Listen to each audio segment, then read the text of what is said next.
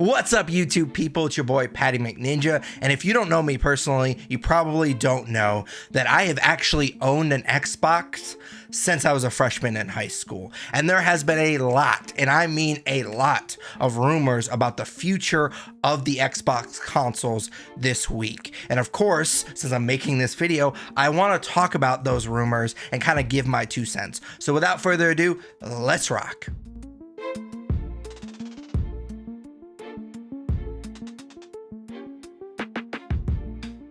But before we dive deep into those rumors, I want to make something crystal clear because I do think it's important to give everybody watching a perspective of where I'm coming from, because I think it does shape the rest of this video.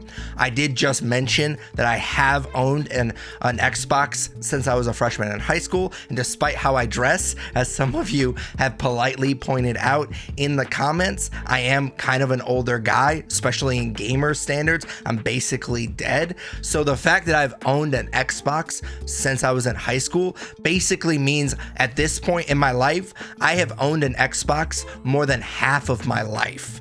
And a lot of that time, Xbox was my sole console. Therefore, many of you probably assume that I'm brand loyal to Xbox. And that's honestly not the case. It's actually quite the opposite. I've never quite understood the idea of being brand loyal to one console or the other. The way that people defend a billion-dollar company has always felt kind of weird to me. Especially nowadays, it feels like if you say a bad thing about either console, whether it's Xbox or PlayStation, those consoles fanboys will essentially act like you insulted their mother. Especially this week with a lot of these Xbox rumors swirling around, it feels especially toxic right now. I'm only an Xbox guy to the extent that I am an Xbox guy, because I went over to one of my buddies' house who got an Xbox for Christmas. I went over there to work on a French project,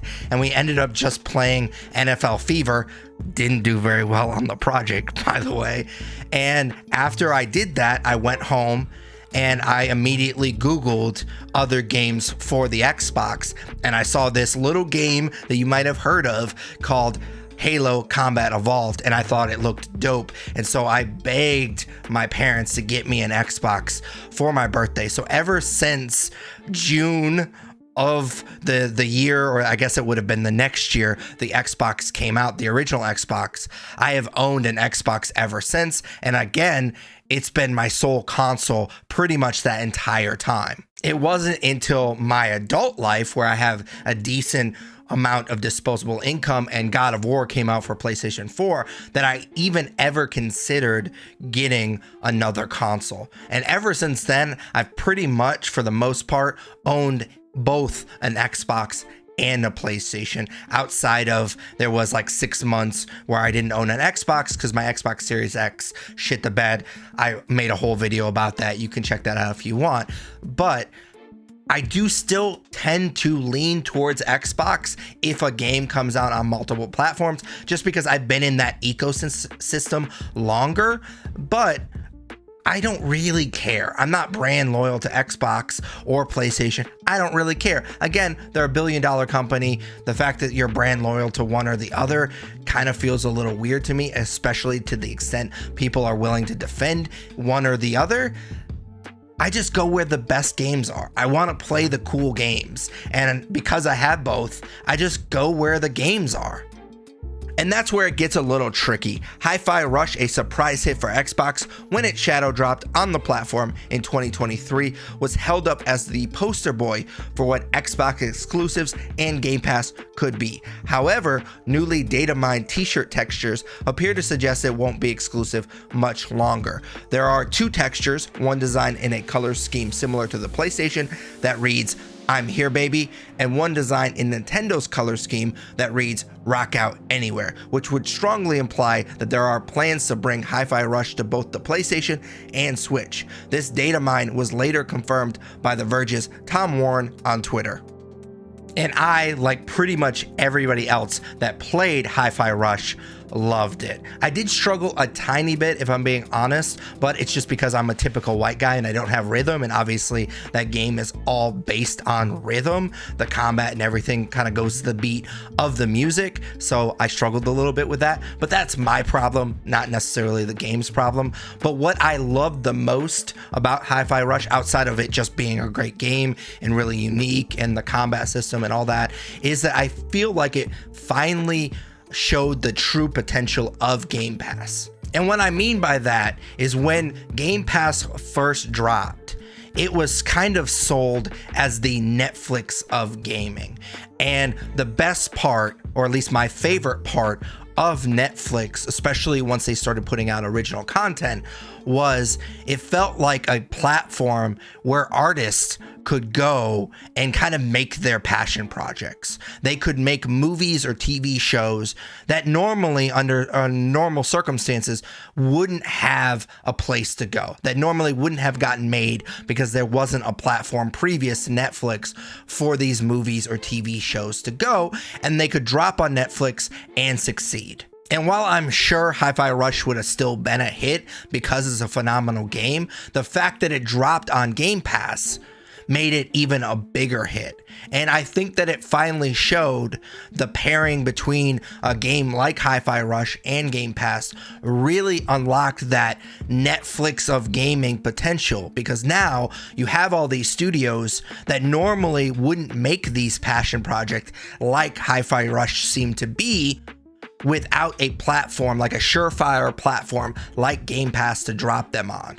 All that being said, and despite it being a massive hit for Xbox, I really doubt that a small scale passion project like game like Hi-Fi Rush was really moving the needle much for people. I'm sure Game Pass subscriptions went up because it was such a hit and people wanted to check it out, but I really highly doubt anybody was actually going out and buying an Xbox exclusively for Hi-Fi Rush. Therefore, I highly doubt that anybody could be reasonably upset. Not that gamers are historically known for being reasonable people, but I highly doubt anybody could be reasonably upset that Hi-Fi Rush was losing that Xbox exclusive title.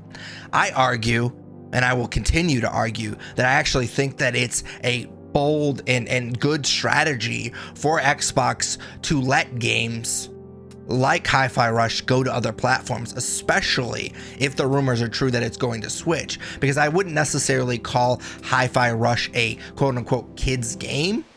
And I don't think that Switches necessarily have to be for kids. I own 2 Switches myself, and I love a lot of the games that are on there. But we all can agree that Switch's demo is typically younger than Xbox or PlayStation. And because Hi-Fi Rush does have that kind of cartoon anime style, I think that it would play well to a younger demo that plays on Switch, even though, again, I don't consider it quote unquote a kid's game. But the rumor is that Hi-Fi Rush isn't the only game coming to other platforms.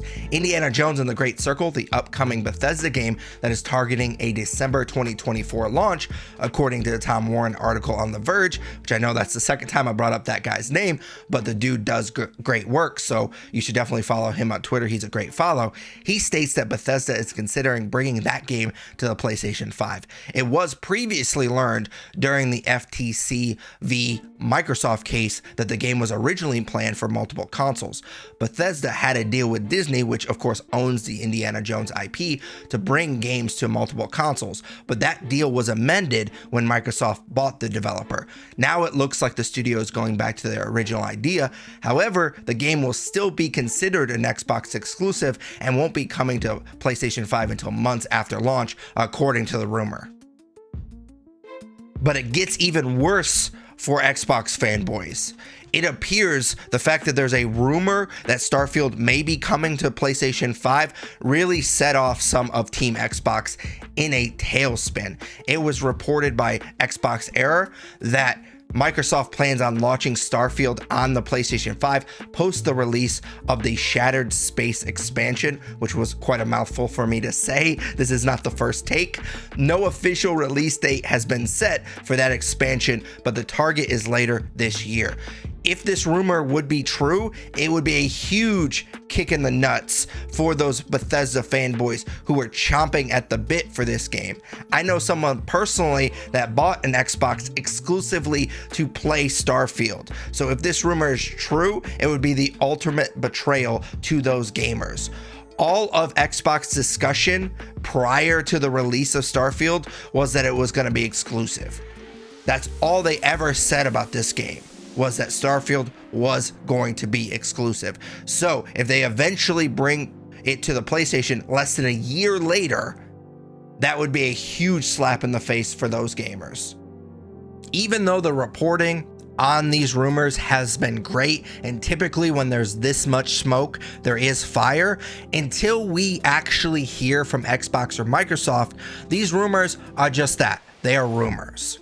But I have a feeling, unfortunately, that this video could become obsolete very quickly. I'm recording this on Saturday to probably post it on Monday. So by the time you're watching this, we may already have an answer for what's going on. The smoke got too heavy for even Xbox to ignore.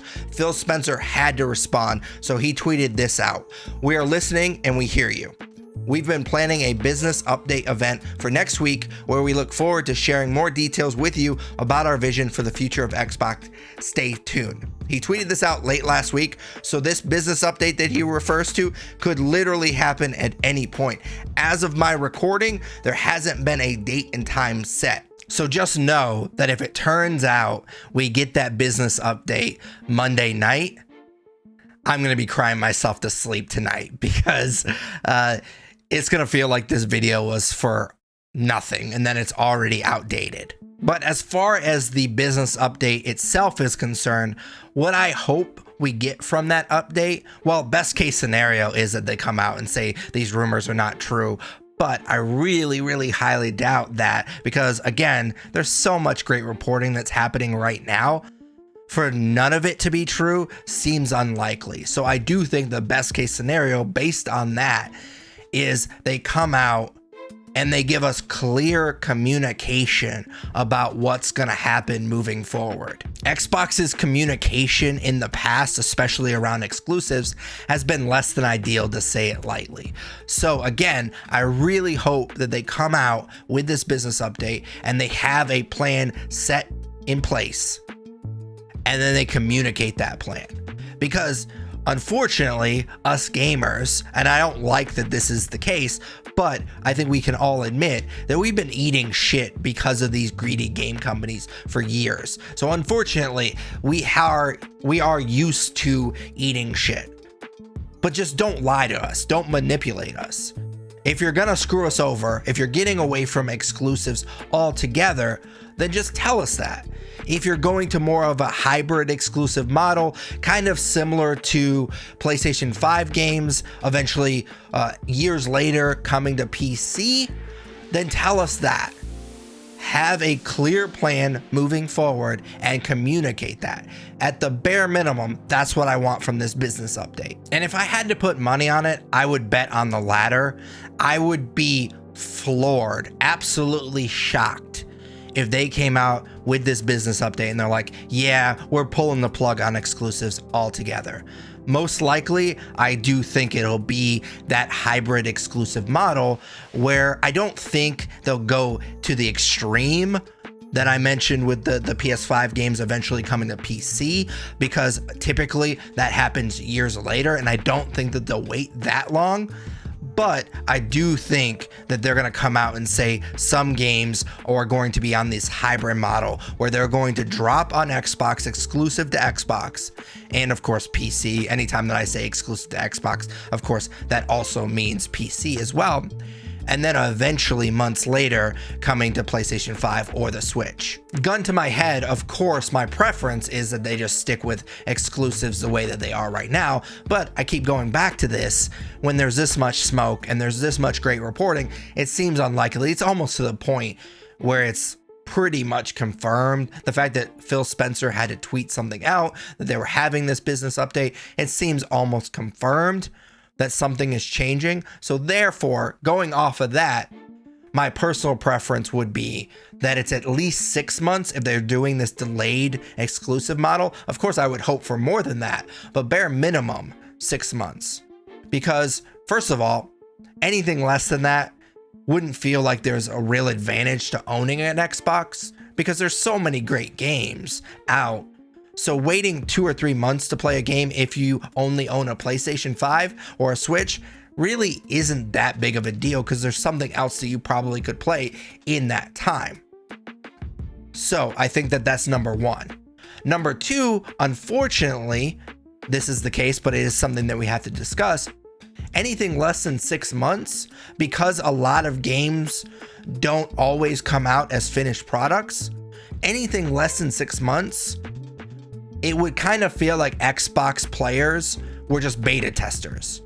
We're getting the game at the worst state it's gonna be in, and that's the only time it's gonna be exclusive to Xbox. That feels really disloyal to those fanboys that have only bought Xboxes, because you're just the guinea pigs for those games, and PlayStation 5 or Switch players can just wait until the game's way more polished. That feels like a slap in the face. But before I end this video, I do think I'd be doing everybody watching this a disservice if we don't address the elephant in the room. I have heard a lot of people reacting to these rumors like it's the end of Xbox altogether, that they are pulling the plug on making consoles altogether. And while I guess that's possible, and again, we may already know the plan moving forward by the time you're watching this video, I find that extremely unlikely, because I just don't see them putting as much time and effort and honestly money buying up all these studios, building up Xbox as a company. It is now the third most profitable division of Microsoft. So I doubt that you're going to get Xbox to that state just to pull the plug on the consoles. While I know that there are a lot of passionate Xbox fanboys out there, if we're being objective, we all have to admit that Xbox never outsells PlayStation. It's really not even all that close. Let's look at least the last 2 generations. By 2016, which is the last year that Microsoft reported on the sales of Xbox One, Xbox One had only sold 26 million consoles compared to 60 million PlayStation 4s. Which means by 2016, again, the last year that Microsoft even bothered reporting sales for the Xbox One, they had sold double the amount of PlayStation 4s compared to the Xbox Ones. And I get it. Before all you Xbox fanboys start typing out those comments, I understand that the Xbox One had a historically bad launch. A lot of that had to do with bad choices by Xbox and Microsoft, but the Xbox One did have a very bad launch. So to be fair, let's talk about the current generation, see how that's going. So as of December of last year, the PlayStation 5 had sold 50 million units all time.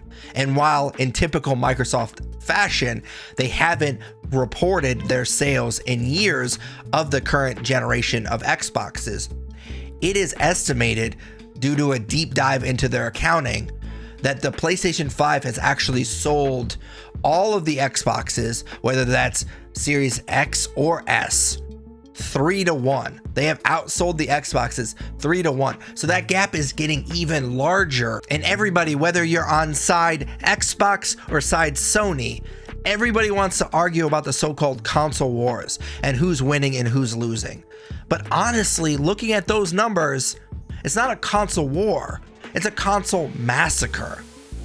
Xbox hasn't been winning for years, and it's not even been close. So if these rumors are true, which again, I think they are, and that Microsoft is getting away from these true exclusives, I don't think that it means that they're getting out of the console business altogether. I think it's much more likely that this is them waving the white flag based on the numbers that we just went over, just being objective and saying, okay, well, no matter what we do, we're never going to outsell Sony. So instead of taking less money from games, when you know it's not going to mean that you're going to sell more consoles, they might as well go to this delayed exclusive, which again is what I think they'll do, and eventually make more money off their games, because that's where they're making their money anyways. They're not going to outsell Sony, so they might as well get more money for the games that they're making. But as always, those are just my thoughts on these Xbox rumors. I'd love to hear yours in the comments down below. Of course, as I mentioned earlier, a lot of the discussion has been kind of toxic, so I would really appreciate if you do comment. Just try to be civil. Again, coming to the defense of $1 billion company is a weird move anyways. So let's just be civil in the comments below. We can have a calm conversation about this stuff. But as always, I hope that you enjoyed this video. If you did, smash that like button, as the kids say. It's just a quick and easy way to tell YouTube that you enjoyed this video and they should push it to other people that might enjoy it as well. If you did enjoy it, which obviously you did if you made it this far in the video, definitely consider subscribing and dinging that bell.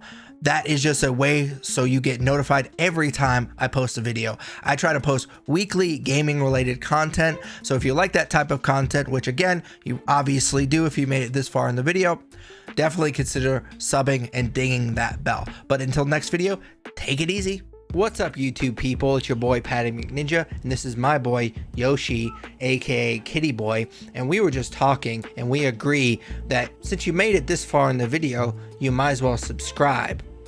You wouldn't want to disappoint Kitty Boy, would you?